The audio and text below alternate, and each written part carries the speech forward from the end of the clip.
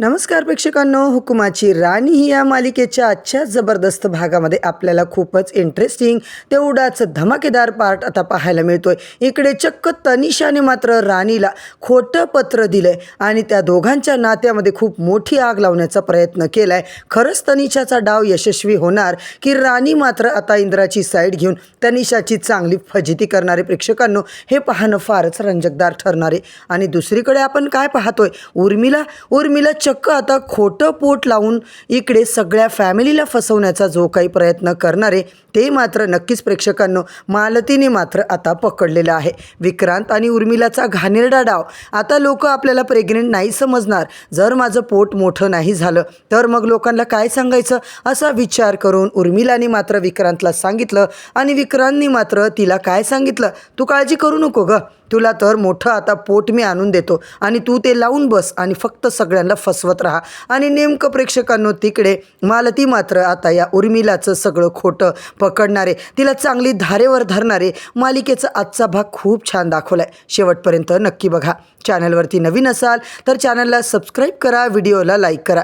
तर मंडळी, आपण इकडे काय पाहतोय, इकडे आता तनिषा मात्र इंद्राशी लगट करण्याचा प्रयत्न करत असते, सारखं इंद्राच्या आजूबाजूला राहण्याचा प्रयत्न करत असते। पण इंद्रा मात्र स्पष्ट सांगतो, हे बघ तनिषा, मी राणीला सोडून दुसरा कुणाचाही विचार करू शकत नाहीये। आयुष्यात मी राणीशिवाय कुणालाच कधी एवढी प्रायोरिटी दिलेली नाहीये आणि देणारही नाहीये। राणी माझी बायको आहे आणि माझं तिच्यावर खूप प्रेम आहे, असं मात्र इंद्राने स्पष्टपणे आता आपल्या तनिषाला सांगितलेलं असतं। तरीही तनिषा मात्र आता अजिबात मूर्ख मुलगी आहे, बेशरम मुलगी।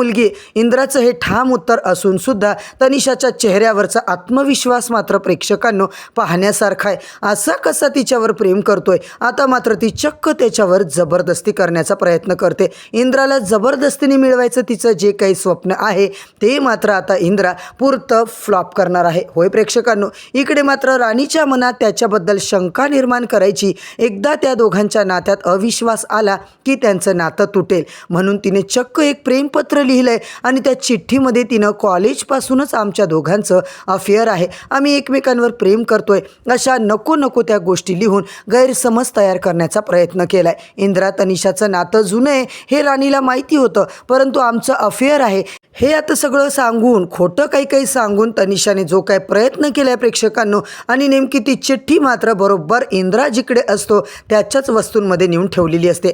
तनिषाला फुल गॅरंटी आहे, काही झालं तरी हे पत्र जेव्हा राणीच्या हाताला लागेल घरामध्ये खूप मोठं भांडण होईल आणि या दोघांचं नातं मात्र नक्कीच काही ना काही तुटणार आहे। राणीच्या हातात ते पत्र लागतं सुद्धा, राणी मात्र अजिबात इंद्रावर अविश्वास दाखवत नाहीये प्रेक्षकांनो, कारण राणी कधीही कुठलाही निर्णय घाईघाईने गडबडीत घेत नाहीये। राणी स्वतः एक वकील आहे आणि प्रत्येक गोष्टीचा निष्कर्ष काढल्याशिवाय आपली राणीबाई मात्र कुठलाही आता कारभार करत नाहीये, सगळ्या गोष्टींचा बारीक विचार करते आणि इंद्राचा जो काही स्वभाव आहे त्याचं तिच्यावरचं जे काही निस्वार्थ प्रेम आहे ते मात्र आता तिने बघितलेलं असतं। म्हणूनच राणी अजिबात त्या तनिषाच्या इकडे कारस्थानाला बळी पडत नाहीये। आता मात्र मित्रांनो काय होणार आहे, राणी खरंच आता तिचा संसार कसा वाचवणार आहे हे सगळं सुद्धा आता आपण पाहणार आहोत। इकडे तिचं खरं प्रेम इंद्रावर असतं, खरं म्हणजे कसं आहे, आता सत्य शोधण्याचा ती प्रयत्न करणार आहे। मित्रांनो, तनिषाचा पहिला डाव तो पूर्णपणे फ्लॉप गेलाय। आता राणी मात्र सरळ ऑफिसमध्ये जाणार आहे,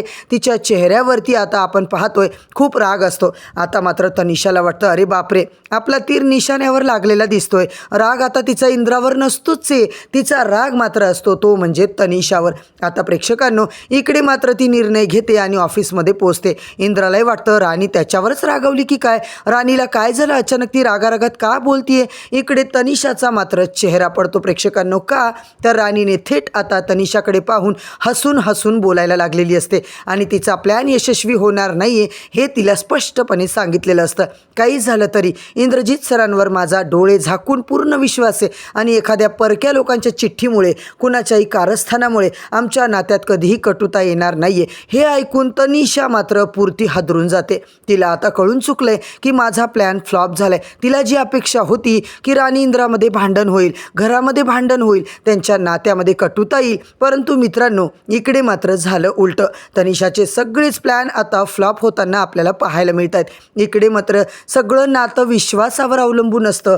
गैरसमज निर्माण करणारे लोक आपल्या आजूबाजूला असतातच. हे मात्र आता राणी विश्वासाने बोलते आणि विश्वास टिकवणारे, विश्वास दाखवणारे लोक सहजासहजी भेटत नाहीत असं राणीचं स्पष्ट मत असतं. आणि इकडे तनिषा मात्र तिचे विचार ऐकून प्रेक्षकांनो जबरदस्त हादरलेली असते. इकडे आपण पाहतोय इंद्रा राणी मस्त आता त्यांचा हलका फुलका रोमॅन्टिक मोमेंट चालू झालेला असतो. दोघं एकमेकांच्या जवळ असतात. फायनली कितीतरी वर्षानंतर म्हणजेच खूप दिवसाच्या नंतर त्या दोघांचं आता नातं सुरळीत झालेलं असतं. त्यांना आता छान वेळ मिळालेला असतो. आयुष्यातले सगळे गैरसमज, सगळी कटुता संपलेली असते. दोघांचा नव्याने संसार लागलाय आणि नेमकं त्याच वेळेला आपण पाहतोय कुणाचा तरी फोन येतो. आता इंद्राला कंटाळा येतो. इंद्रा म्हणतो नाही राणी, मी अजिबात फोन उचलणार नाहीये. आणि खरंच प्रेक्षकांनो त्या एका फोनमुळे आता मात्र या दोघांच्या नात्यात काहीतरी गोंधळ होणारच आहे. इकडे इंद्रा राणी दोघं खूप जवळ असतात. सुखदुःख वाटत असतात. आधीच्या सगळ्या फ्लॅशबॅकमधल्या गोष्टी आठवून ते दोघं बोलत असतात.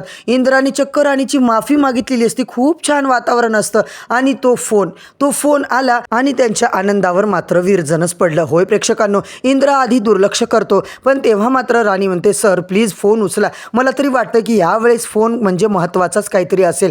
आता मात्र इतक्या रात्री फोन कोण करतंय हे म्हणजे काहीतरी इझिली नाही आहे बाबा, तुम्ही फोन उचलून बघा ना, तेव्हा आपल्याला कळेल. इंद्रा फोन उचलतो प्रेक्षकांनो आणि समोरून तनिषाचा एकदमच विचित्र आवाज यायला लागतो, घाबरलेला रडतानाचा आवाज. ती म्हणते मी पायऱ्यांवरून पडले इंद्रा, मला खूप लागलंय, माझं डोकं फुटलंय. आणि तिचा आवाज ऐकून इंद्राला मात्र आता धक्काच बसतो. राणीची परिस्थिती काही वेगळी नाही आहे. राणी आणि इंद्रा ताबडतोब इकडे आता ज्या तनिषाने सांगितलं त्या ॲड्रेसवर पोहोचतात आणि तिकडे डॉक्टर वगैरे सगळे कर्मचारी असतात. आणि मित्रांनो, तनिषाच्या डोक्याला लागलेलं असतं. तनिषा तिकडे बसलेली असते, तिच्या हाताला रक्त लागलंय आणि डॉक्टर तिच्यावर ट्रीटमेंट करत असतात, तिला मेडिसिन देत असतात. आणि हे सगळं पाहून कुणालाही वाटेल की खरंच ती अपघात झाला आहे, पडली आहे की काय कुठं. आणि इकडे मात्र प्रेक्षकांनो खूप मोठा ट्विस्ट आता आलाय. हे सगळं आता तनिषाने रचलेलं एक नाटक असतं. तिने आता इंद्राचं प्रेम मिळवण्यासाठी केलेलं खूप मोठं नाटक असतं. स्वतःच्या हाताने स्वतःला जखमा करून घेतल्या, स्वतःचं रक्त काढलंय, स्वतः रक्त सांडून पायऱ्यांवरती असं दाखवलंय की मी पडली आहे, मला लागलंय. इंद्राला ती सांगायला लागते, इंद्रा अरे मला फोन आला होता क्लायंटचा, इम्पॉर्टंट मीटिंगचं बोलायचं होतं आणि मी गडबडीत खाली येत होते, चक्क माझ्या हातातला फोनही पडला आणि त्या फोनसोबत मी सुद्धा घसरून पडले. आता मात्र तिचं बोलणं खरंच त्याला खरंच वाटतं.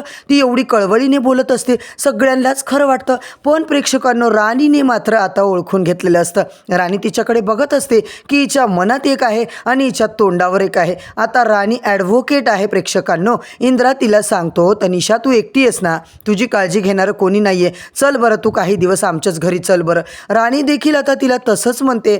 तनिषा मॅडम, इंद्रजित सर बरोबर बोलतात, तुम्ही प्लीज आमच्यासोबत आमच्या घरी चला. इकडे मात्र प्रेक्षकांनो तनिषाला जे पाहिजे फायनली ते झाले. आधी तर तनिषा नाही म्हणते, कारण तिचा उद्देश घरी जायचा नाही आहे, तिला परमनंटली तिथे आता सून बनून जायचे, म्हणून तिला त्या गोष्टीमध्ये इंटरेस्ट आहे. दुसऱ्या दिवशी आपण पाहतोय आता मात्र सगळं उर्मिलाचं नाटक चालू होतं.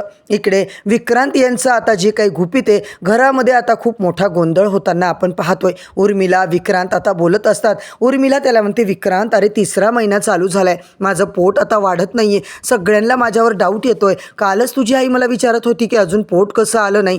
खरंच हे नाटक जर उघडं झालं ना तर मात्र माझं काही खरं नाहीये. तू मला कुठे आणून टाकलं रे बाबा, मला तर कळत नाहीये. विक्रांत बोलतो, उर्मिला अजिबात काळजी करू नको, मी सगळं सांभाळतो. तू आता यावेळेस एकच आता गोष्ट कर, सकाळी एक पार्सल येईल ते फक्त तू घे. नेमकं प्रेक्षकांनो सकाळी दारावर एक पार्सलवाला कुरिअर देऊन जातो. नेमकं आता पार्सल कुणाचं, घरामध्ये सगळे एकमेकांना विचारतात, कुणाला काहीच माहिती नाही आहे. आता सगळ्यांना प्रश्न पडला आहे, पण इंद्रा राणी मात्र आता त्यांच्याच नादामध्ये असतात, त्यांचा रोमांस चालू असतो. इकडे मात्र राणी दूध घेऊन इंद्रासाठी आलेली असते आणि इंद्रा मात्र तिची आता खूपच खेचाखेची करतो, तिच्यामध्ये आता खूपच गुंतलेला असतो. सगळ्या आता संकटांच्या नंतर फायनली त्याला त्याची बायको मिळाली आहे, त्याच्या आयुष्यात आनंदाचे क्षण आले, म्हणून इंद्रा मात्र आता खुश असतो. नेमकं त्याच वेळेला दारावरती आता कोणीतरी नॉक करतं.